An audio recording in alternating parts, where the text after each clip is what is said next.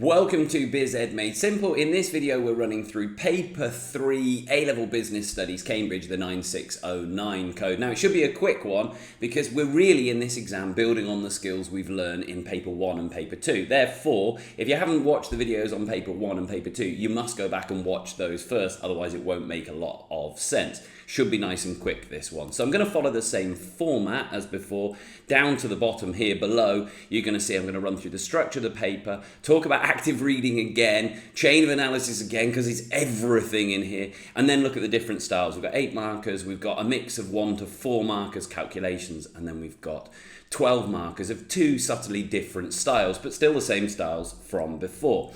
So if we have a look at the paper, we can see this time they're calling it the decision-making paper because it's all about one case study. I love this. We're really getting in depth now looking at real businesses in this A2 course. So it's all about one case study, and they're going to give you about 2 sides of information, maybe a little bit more, maybe a little bit less.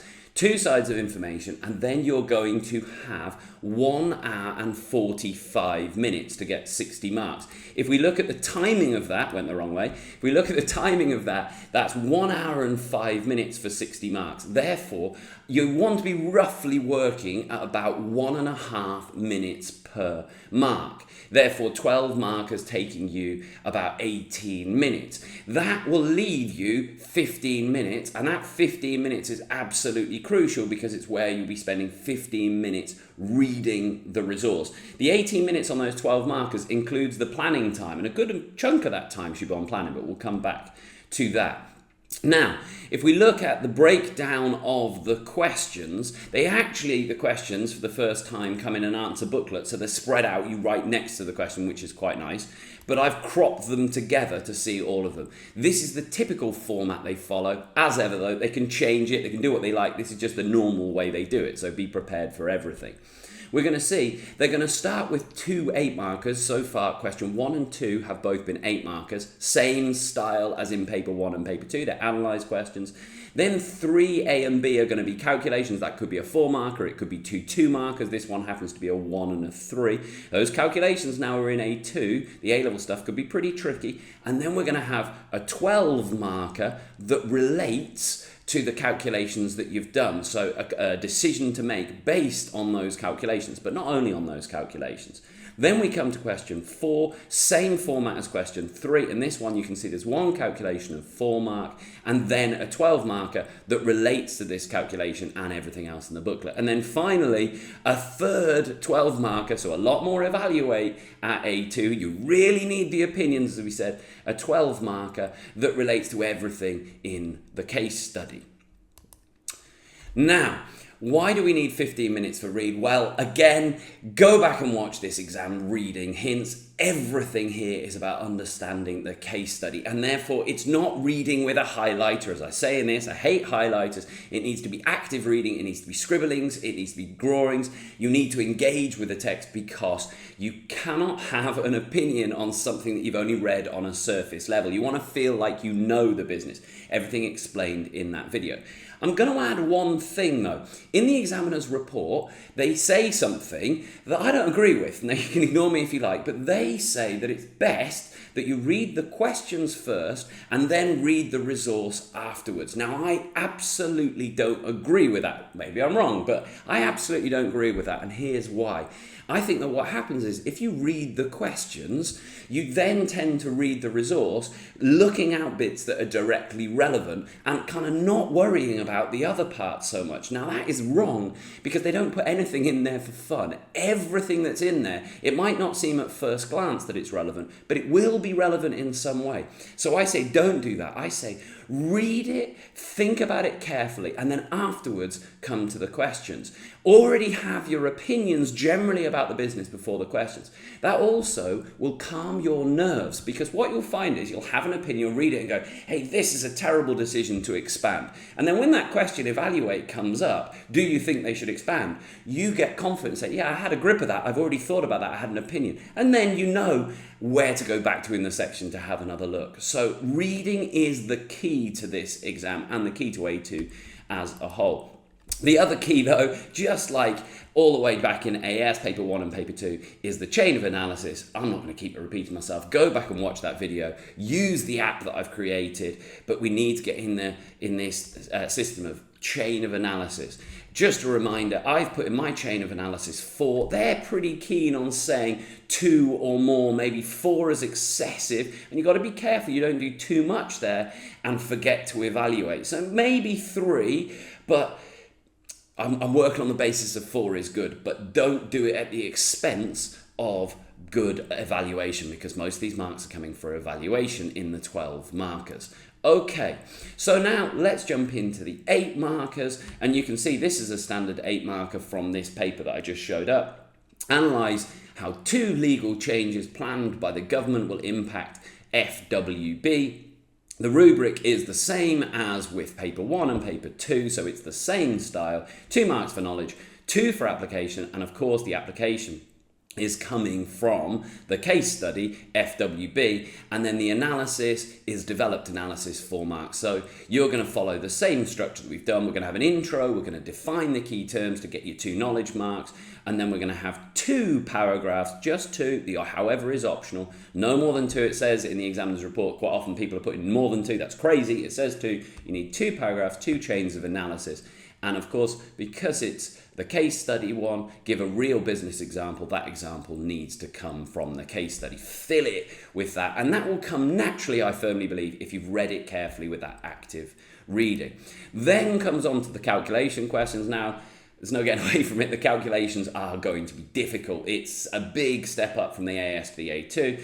You're going to be calculating net present value and the like. They are going to be tricky. But the good news is, don't panic too much, because like before, they don't give you 4 marks or nothing if you get it wrong. In fact, if you see things like this, you can get 3 marks out of 4 even when you get the answers wrong.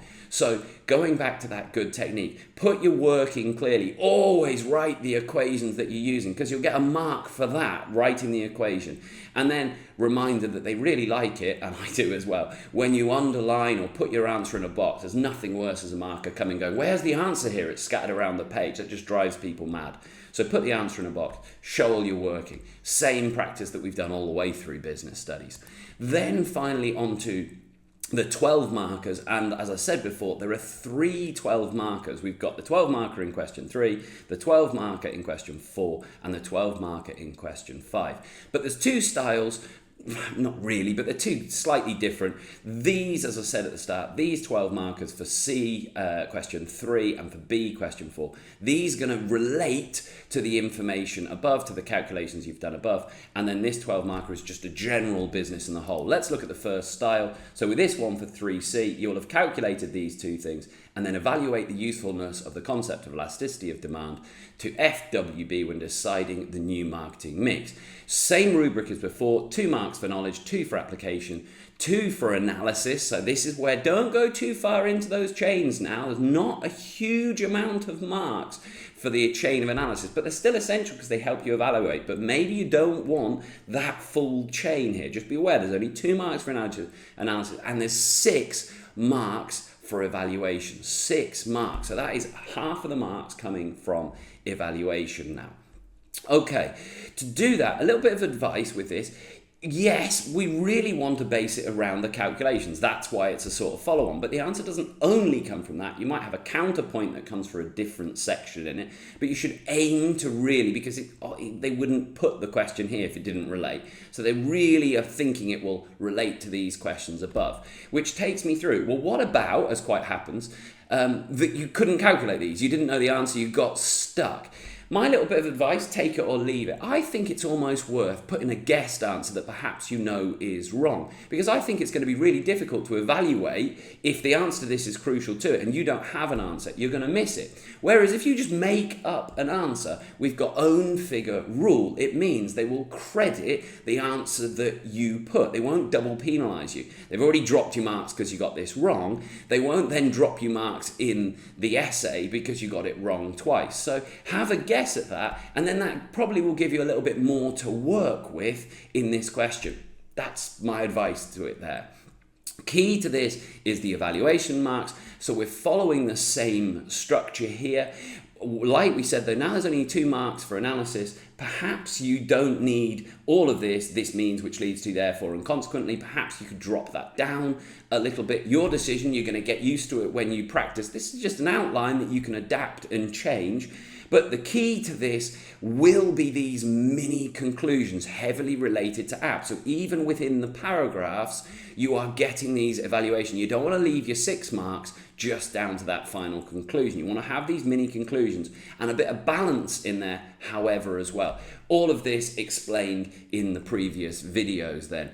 Again, as I've said in the previous one, maybe you don't need point number 3. It might, if you're running out of time, maybe it's okay for an introduction, 1 point, counterpoint, and then conclusion. And the conclusion is following that same structure, in my opinion, although I said my main reason is, however my decision would depend upon. And you might want to be thinking in that along the way as you get used to it, you practice it, short-term, long-term, internal factors, external factors. As you go through the course and we learn the content, you're going to think about what makes a good conclusion. But relate everything back to that case study. If it's not relating to the case study, it's going to be dropping it way down the levels in the evaluate, because they're asking you about this business. You have to feel this business. They're not asking you generally, should someone do something? They're saying, should this? Think of yourself as a consultant for that business. Finally then, the last one, this is question 5. Evaluate the usefulness of FWB's accounting ratio analysis to its directors when making a business decision. Now, this generally doesn't have any calculations that come before it. It's just a last standalone 12 marker, which means we use the same skill, but we relate it from everywhere. It's going to be a little bit more holistic, an overview of what's going on to the business. And for that, we're using the same structure again, just like I said in the previous one with style 1. So we're following the same thing. Have a look at the other videos and see how to use it. And that's it for paper 3. Subscribe, we're going to have more. We're going to be paper 4 next, and we've got all of the content videos. If you've got any questions, write them in the comments, and thanks very much for watching.